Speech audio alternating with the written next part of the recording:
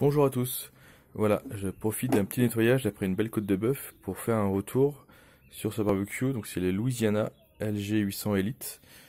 Après un peu plus de 100 kilos de pellet brûlé. Voilà, vous dire ce que j'en pense, quels sont les avantages et les inconvénients, les petits soucis que j'ai vus. On va commencer par la sonde à viande de Louisiana. La première que j'ai eue était légèrement défectueuse. Elle a été remplacée sous garantie très rapidement, sans aucun problème de la part de Barbecue France. Donc ça, c'était aucun souci.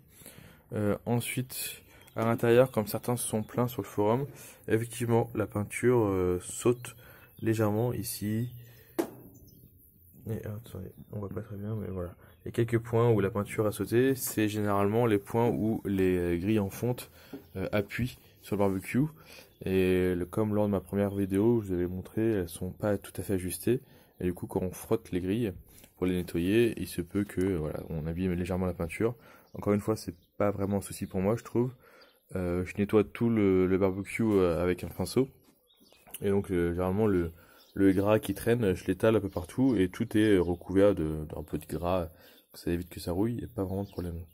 Le plus gros travail a été de culotter le déflecteur. Ce qui n'est pas précisé dans le mode d'emploi, c'est bien dommage. Donc n'hésitez pas, ceux qui en ont un, même sur les pit boss, s'il commence à rouiller, bien le poncer. Alors moi personnellement je l'ai poncé avec une ponceuse électrique.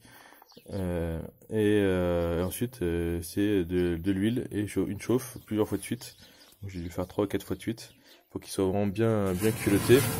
Et ensuite là il reste bien noir et plus trop de problèmes. De temps en temps pareil, quand je vois que ici ça chauffe assez fort, le culotage peut partir ou ça revient un peu blanc. Hop, en nettoyant, je mets un petit coup de pinceau dessus et je récupère les graisses qui traînent à droite à gauche pour étaler les gras dessus. Voilà, pas de problème là-dessus. Les grilles en fonte, elles n'ont pas bougé un poil. Le nettoyage, toujours aussi simple. Personnellement, j'utilise ça pour nettoyer. Chez Lidl, là, très très bien.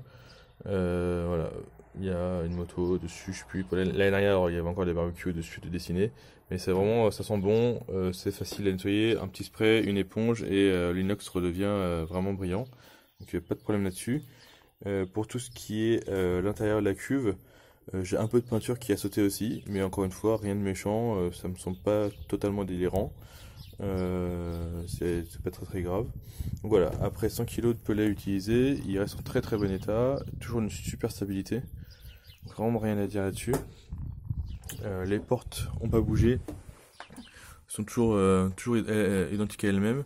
Alors à savoir que j'ai vraiment une grosse couverture ultraviolet ici, c'est-à-dire tout se décolore assez vite et on la housse à légèrement décolorer aussi. Mais c'est exactement ce qui s'est passé sur celle de Weber, son précédent barbecue, donc il n'y a rien d'extraordinaire, tout ce qui est noir devient vite violet. Et voilà. Donc ça reste un très bon barbecue pour 1000 euros. J'espère que les nouvelles séries sont encore mieux, mais celui-ci reste vraiment un très très bon choix. Pas de souci au niveau des roues. J'ai pas eu l'occasion de le bouger vraiment beaucoup, mais une grande stabilité à l'usage. On a eu quelques rafales de vent très très violents et il a pas bougé d'un poil.